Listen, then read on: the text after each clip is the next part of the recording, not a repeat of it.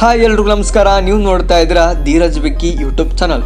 Friends, ನಿಮಗೆ ಇವತ್ತಿನ ಒಂದು ವಿಡಿಯೋದಲ್ಲಿ ನಿಮ್ಮ ಒಂದು ಯೂಟ್ಯೂಬ್ ವಿಡಿಯೋಗಳಿಗೆ ತಮ್ನೇಲ್ನ ಯಾವ ರೀತಿ ಹಾಕೋದು, ಸೊ ಅದ್ರ ಬಗ್ಗೆ ಕಂಪ್ಲೀಟಾಗಿ ಡೀಟೇಲ್ಸ್ನ ತಿಳಿಸ್ಕೊಡ್ತೀನಿ. ಮೊದಲನೇದಾಗಿ ತಮ್ನೇಲ್ ಅಂತಂದರೆ ಏನಂತ ತಿಳಿಸ್ಬಿಡ್ತೀನಿ.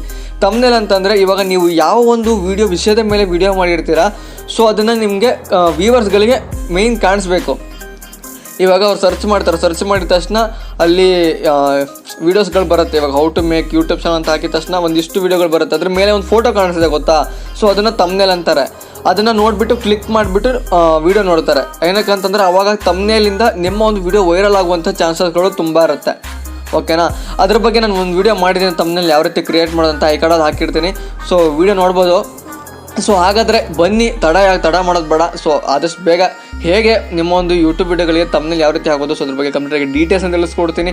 ಸೊ ಇವತ್ತಿನ ಒಂದು ವಿಡಿಯೋನ ಶುರು ಮಾಡೋಣ. ವಿಡಿಯೋ ಶುರು ಮಾಡೋದಕ್ಕಿಂತ ಮುಂಚೆ ನೀವಿನ ನನ್ನ ಚಾನಲ್ನ ಸಬ್ಸ್ಕ್ರೈಬ್ ಮಾಡ್ಕೊಂಡಿಲ್ಲ ಅಂತಂದರೆ ಬೇಗ ಹೋಗಿ ಸಬ್ಸ್ಕ್ರೈಬ್ನ ಮಾಡ್ಕೊಳ್ಳಿ, ಮತ್ತು ಪಕ್ಕದಲ್ಲಿ ಕಾಣುವಂತಹ ಬೆಲ್ ಐಕಾನ್ನ ಆಲ್ ಅಂತ ಸೆಲೆಕ್ಟ್ ಮಾಡ್ಕೊಳ್ಳಿ, ಮತ್ತು ಸೋಷಿಯಲ್ ಮೀಡಿಯಾ ಲಿಂಕ್ಸ್ ಎಲ್ಲ ಡಿಸ್ಕ್ರಿಪ್ಷನ್ ಇದೆ, ಸೊ ಫಾಲೋ ಮಾಡೋದು ಅಂತ ಹೇಳ್ತಾ ಸೊ ಬನ್ನಿ ಇವತ್ತಿನ ಒಂದು ವಿಡಿಯೋನ ಶುರು ಮಾಡೋಣ.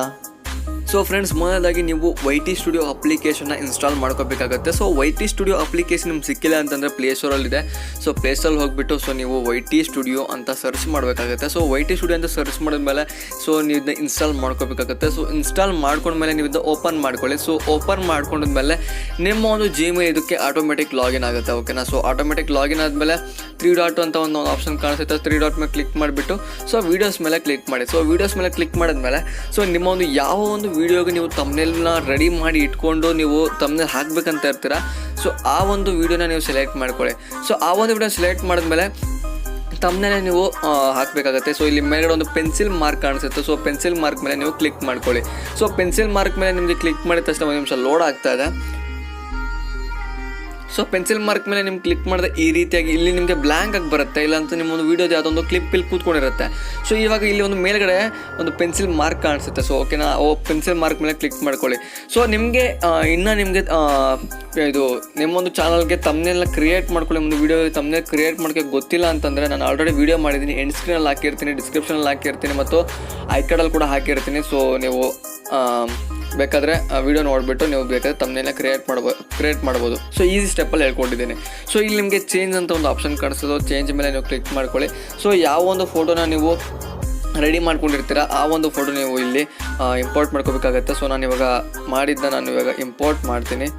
ಸೊ ಇಮೇಜಸ್ ಓಕೆ ಫ್ರೆಂಡ್ಸ್, ಇವಾಗ ಇಲ್ಲೊಂದು ಫೋಟೋ ಇದೆ. ಸೊ ಅದೇ ಫೋಟೋನ ನೀವು ಸೆಲೆಕ್ಟ್ ಮಾಡಿಬಿಟ್ಟು ಮತ್ತೆ ಇಂಪೋರ್ಟ್ ಮಾಡ್ತೀನಿ.